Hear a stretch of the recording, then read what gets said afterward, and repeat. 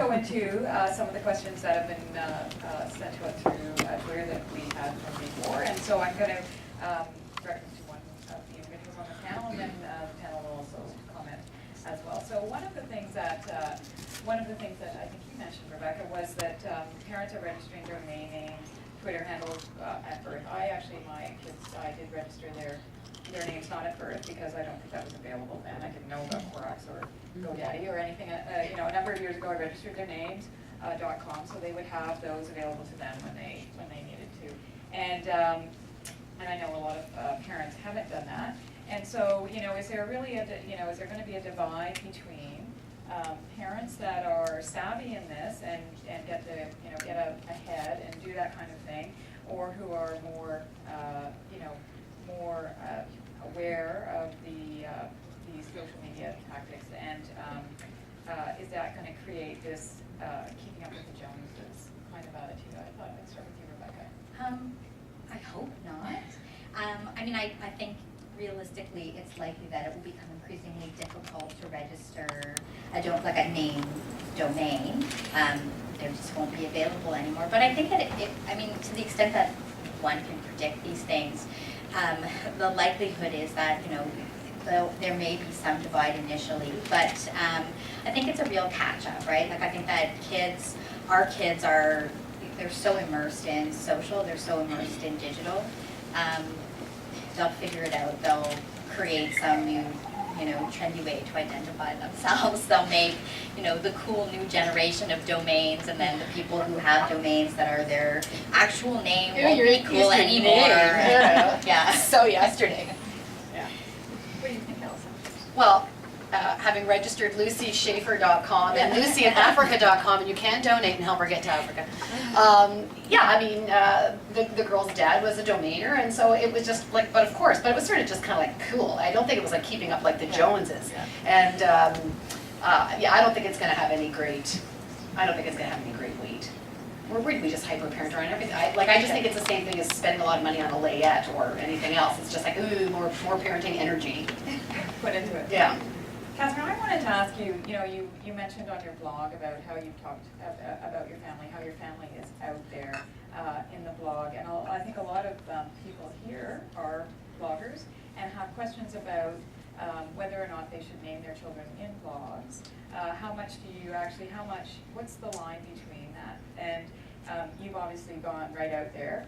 I have a blog and have been blogging, and I actually chose not to name my kids. And they actually review my posts and they're actually quite involved, and they're happy to, Mom, why don't you do another post on boys and their toys, because we like that one.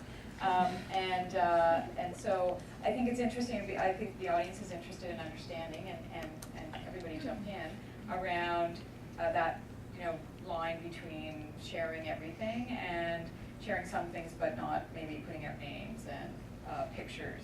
So can we have a chat on that?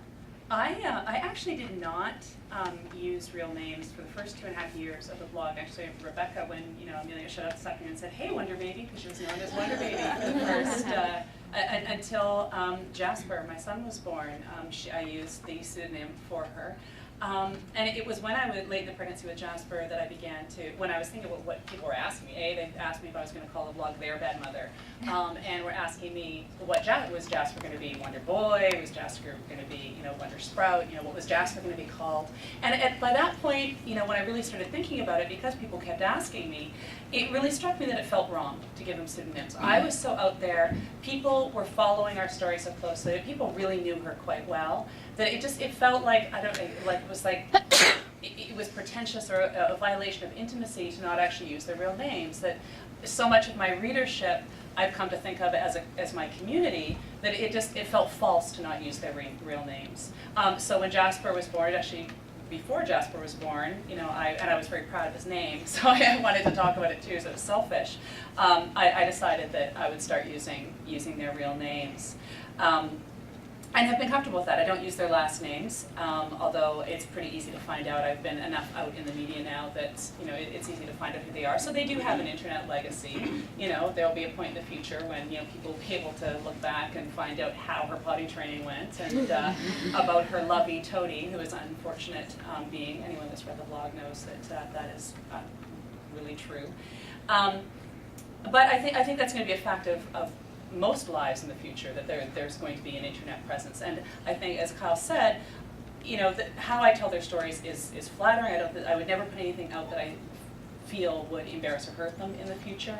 I wouldn't say anything that would hurt. I've actually been accused, people have criticized me sometimes about being too honest of when I write about the struggles with motherhood, that won't your kids look back on this one thing and go, wow, you didn't love parenting us. And well, most of it I do, so I think that will be clear. But it's a personal call. Not everybody feels comfortable.